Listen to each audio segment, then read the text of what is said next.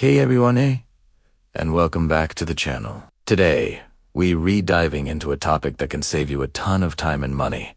Choosing your very first OBD2 scanner. If you've ever had a check engine light pop up and felt that sinking feeling in your stomach, this video is for you. We're going to demystify these handy little gadgets so you can make an informed choice without breaking the bank. So, what exactly is an OBD2 scanner? Think of it as a translator for your car. Since 1996, almost every car has an onboard diagnostics port, or OBD.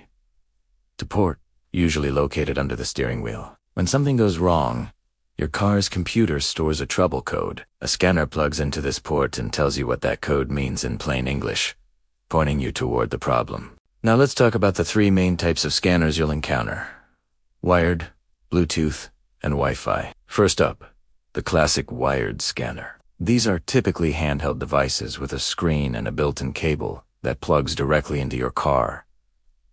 SOBD to port, the biggest advantage. They're super reliable and easy to use. You don't have to worry about pairing, apps, or connectivity issues. You just plug it in, turn the key to the on position without starting the engine, and it reads the codes. They're self-contained. Many basic wired scanners are incredibly affordable and perfect for simply reading and clearing codes. If you want something straightforward that just works every time, a wired scanner is a fantastic starting point. Next, we have Bluetooth scanners. These are usually small dongles that you plug into the OBD2 port. They don't have a screen themselves. Instead, they wirelessly connect to an app on your smartphone or tablet. This is where things get really interesting. The apps often provide way more information than a basic wired scanner, including live data streams, trip logs, and even performance monitoring. You can see things like your engine RPM, coolant temperature, and fuel trim in real time. This is a huge step up for anyone who wants to learn more about their car's health. The main thing to consider here is app compatibility. Some scanners work with a variety of third-party apps like Torque or decode, while others require their own proprietary app. Make sure the app works with your phone, whether it's Android or iOS, and check the app's reviews and features before you buy the scanner.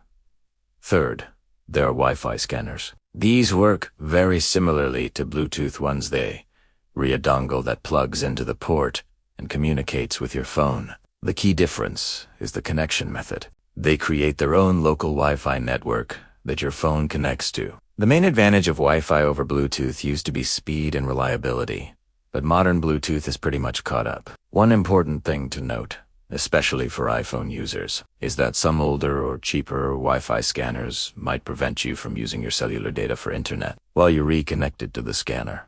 This can be a bit annoying if you need to look something up online while you're diagnosing. However, many newer models have solved this issue. Like Bluetooth scanners, the power of a Wi-Fi scanner is really in the app you pair it with. So, which one should you get? This is where we talk about budget options versus more professional tools. If you're a beginner and just want to know why your check engine light is on, a basic wired scanner for under $50 is a perfect choice. It's simple, effective, and gets the job done. You can read the code, Google it, and decide if it's something you can fix yourself, or if you need to visit a mechanic. If you're a bit more of a car enthusiast or a DIY, I'd strongly recommend stepping up to a good Bluetooth or Wi-Fi dongle. For a slightly higher price, you unlock a world of live data.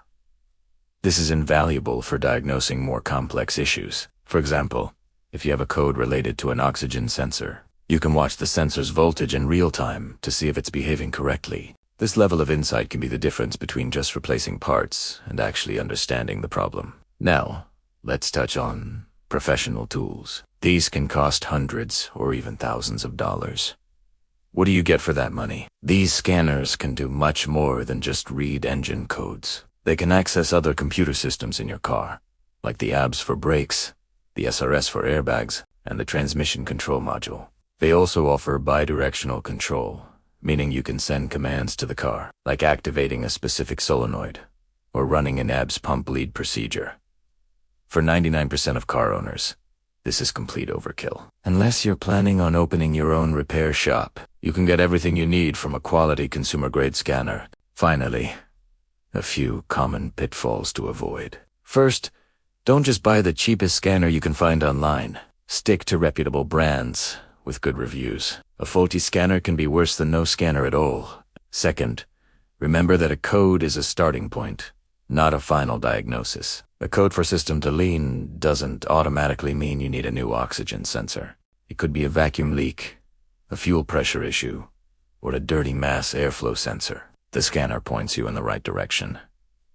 It's up to you to do the detective work. To sum it all up, for simple code reading, get a basic wired scanner. For deeper diagnostics and live data, a quality Bluetooth or Wi-Fi scanner paired with a good app is your best bet. And don't feel pressured to buy a professional level tool. I hope this guide helps you feel more confident in choosing your first OBD2 scanner. It's one of the best tools a car owner can have in their arsenal. If you have any questions or want to share your favorite scanner, drop a comment below. Thanks for watching, and don't forget to like and subscribe for more car care tips.